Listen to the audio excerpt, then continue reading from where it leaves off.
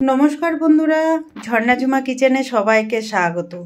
আজ আমি সিম্পলভাবে ঘরে থাকা কিছু উপকরণ দিয়ে আপনাদের সাথে হাঁসের ডিমের কোরমা রেসিপি শেয়ার করব। খুব সিম্পলভাবে তৈরি করব, ঘরে থাকা জিনিস দিয়েই আমি রেসিপিটা তৈরি করব।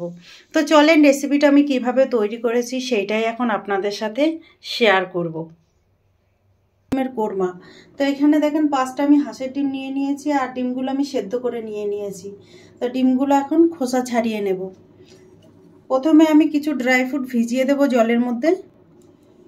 5টা কাজু বাদাম নিয়েছি, এটা জলের মধ্যে ডুবিয়ে দিলাম। 1 টেবিল চামচ নিয়েছি চারমগজ, সেটাও ভিজিয়ে দিয়েছি। দিয়ে দিলাম কিশমিশ,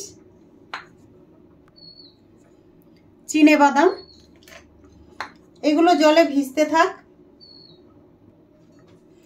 ডিমগুলো আমি এখন খোসা ছাড়িয়ে নিয়ে নেব।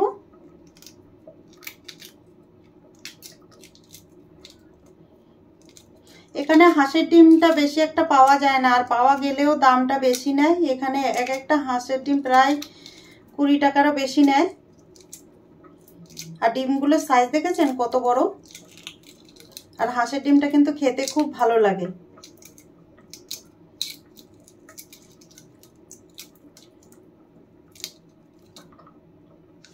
দেখেন এইভাবে সবকটা আমি ছাড়িয়ে নেব।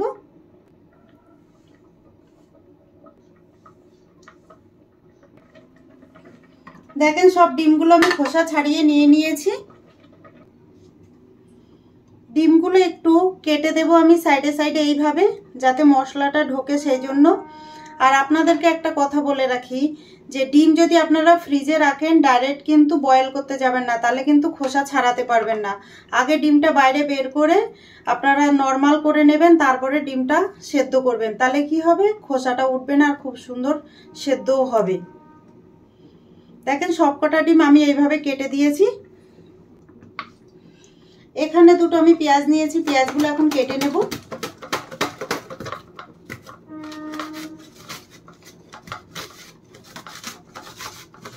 লম্বা লম্বা করে কেটে নিচ্ছি। দেখেন এইভাবে লম্বা লম্বা করে কেটে নিতে হবে। দেখেন পেঁয়াজগুলো আমার কাটা হয়ে গেছে, আর সব এক সাইজ করে কেটে নিয়েছি। এখানে দেখেন মিক্সির জার নিয়ে নিয়েছি, মিক্সির জারে দিয়ে দিলাম এখানে কাঁচা লঙ্কা, রসুন আর আদা দিয়ে দিলাম। প্রথমে মশলাটা আমি তৈরি করে নেব।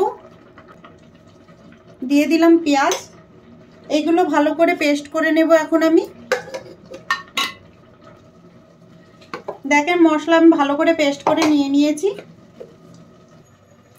গ্যাসে আমি কড়াই চাপিয়ে দিয়েছি, গরম হয়ে গেছে কড়াই। এখন দিয়ে দিলাম আমি সাদা তেল, আর আমি রান্না করব সাদা তেলে।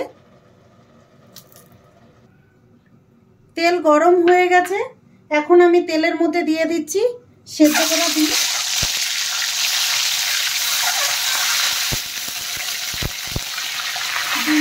ভালো করে ভেজে নেব। দিয়ে দিলাম নুন,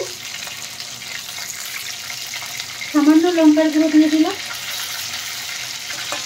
দিয়ে উল্টে পাল্টে ভালো করে ডিমগুলো ভেজে নেব।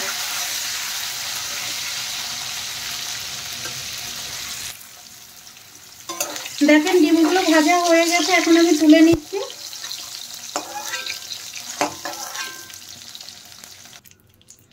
দিয়ে দিলাম পেঁয়াজ, পেঁয়াজগুলো আমি গোল্ডেন করে ভেজে নেব, বেরেস্তা বানিয়ে নেব।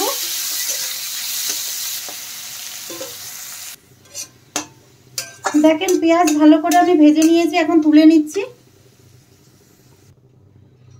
কিছুটা তেল দিয়ে দিলাম, আপনাদের যদি দরকার পড়ে তাহলে দেবেন। ফোড়নে দিয়ে দিলাম একটা শুকনো লঙ্কা, তেজপাতা, গোটা গরম মশলা, গোলমরিচ দিয়েছি।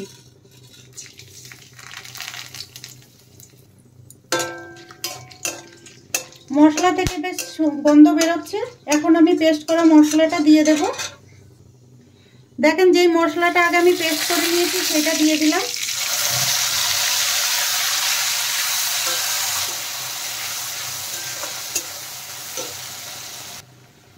মিক্সির জার ধুয়ে সামান্য জল দিয়ে দিলাম।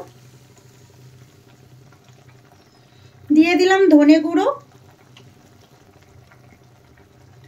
জিরে গুঁড়ো,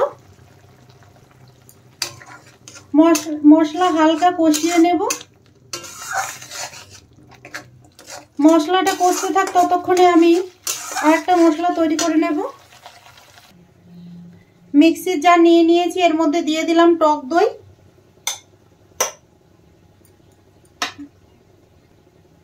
যে ড্রাই ফ্রুটগুলো ভিজিয়েছি নিয়ে রেখেছিলাম সেইগুলো দিয়ে দিলাম।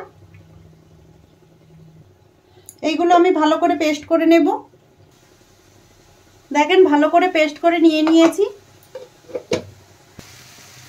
এদিকে মশলাটাও ভালো করে কষানো হয়ে গেছে, এখন আমি দিয়ে দিলাম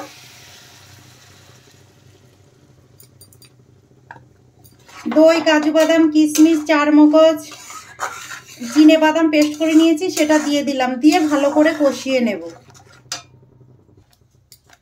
সামান্য দেখেন লঙ্কার গুঁড়ো দিয়ে দিলাম যাতে কালারটা একটু গোল্ডেন আসে, সেই জন্য। ভালো করে এখন কষিয়ে নেব।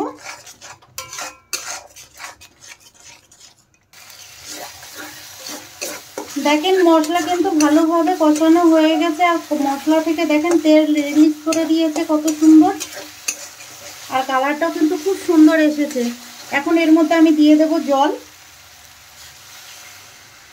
বেশি জল দেওয়ার দরকার নেই, আমি আমার পরিমাণ মতো জল দিয়েছি। ঝোলের মধ্যে এখন ভেজে রাখা ডিমগুলো আমি দিয়ে দিচ্ছি। দেখেন দিয়ে দিলাম টেস্ট হিসাবে নুন, খুব সামান্য চিনি দিয়ে দিলাম। এই চিনিটা দিয়েছি কেউ কিন্তু বুঝতে পারবে না খেয়ে যদি না বলা হয়, তো চিনিটা দিলে কি হবে, টেস্টের ব্যালেন্সটা সমান থাকে। এখন ভালোভাবে ফুটিয়ে নেব। দেখেন ঝোলটা কিন্তু অনেকটা গাঢ় হয়ে গেছে। খুব সামান্য দেখেন আমি গরম মশলা গুঁড়ো দিয়েছি, আপনারা চাইলে দিতে পারেন আবার নাও দিতে পারেন। দিয়ে দিলাম ঘি, আর ওপর থেকে আমি একটুখানি ভাজা পেঁয়াজটা দিয়ে দিলাম বা বেরেস্তা। দেখেন তৈরি হয়ে গেছে ডিমের কোরমা। এখন আমি নামিয়ে নেব, আর কালারটা কত সুন্দর হয়েছে দেখেই বুঝতে পারছেন।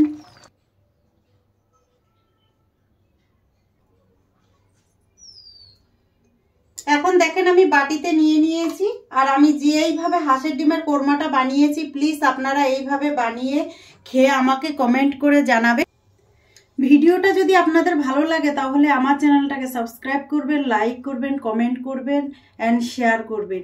আর আপনারা যদি ফেসবুক থেকে দেখে থাকেন তাহলে কিন্তু আমার চ্যানেলটাকে প্লিজ ফলো করে নেবেন। Thank you.